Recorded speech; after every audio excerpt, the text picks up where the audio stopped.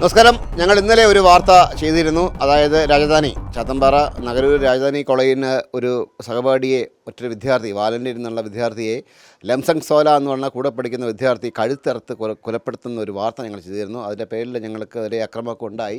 ആ വാർത്ത നമ്മൾ ചെയ്തിരുന്നു. പക്ഷേ ഇന്ന് നമുക്ക് കിട്ടുന്ന വിഷ്വൽസ് എന്ന് പറഞ്ഞാൽ ആ വിദ്യാർത്ഥിയെ ക്രൂരമായി കുത്തി പരിക്കേൽപ്പിച്ച് തറയിൽ കിടന്ന് പിടയുന്ന ദൃശ്യങ്ങൾ നമുക്ക് കിട്ടിയിട്ടുണ്ട്. ആ ദൃശ്യങ്ങൾ ഇതാണ്.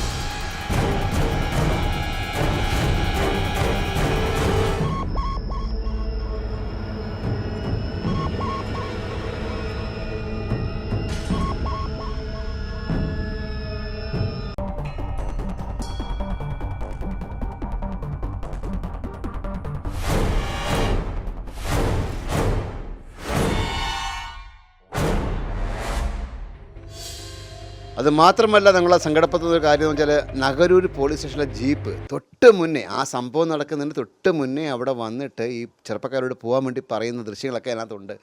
ഒരു പക്ഷേ പോലീസുകാർക്ക് അതിന് സംശയം തോന്നി കുറച്ച് നേരം കൊണ്ട് നിന്നിരുന്നെങ്കിൽ ഒരു മരണം, ഒരു കൊലപാതകം അവിടെ ഒഴിവാക്കാമായിരുന്നു.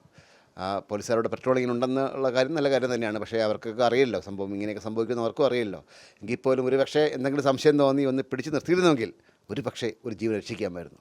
ഇസ്മേസിനോടി ക്യാമറ അരുൺ സാറിനൊപ്പം ശ്രീത് മയാർ സൈനിങ് ഓഫ്.